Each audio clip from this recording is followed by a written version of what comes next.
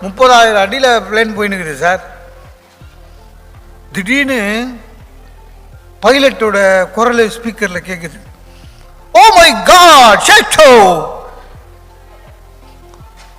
God saves the King. Oh oh my God.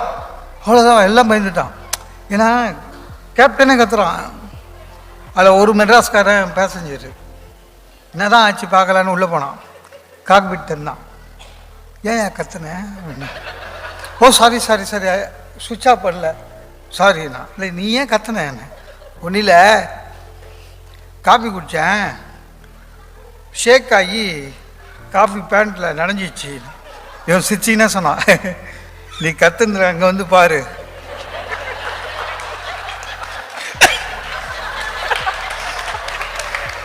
எல்லா பேண்ட்டும் நனைஞ்சிக்குது.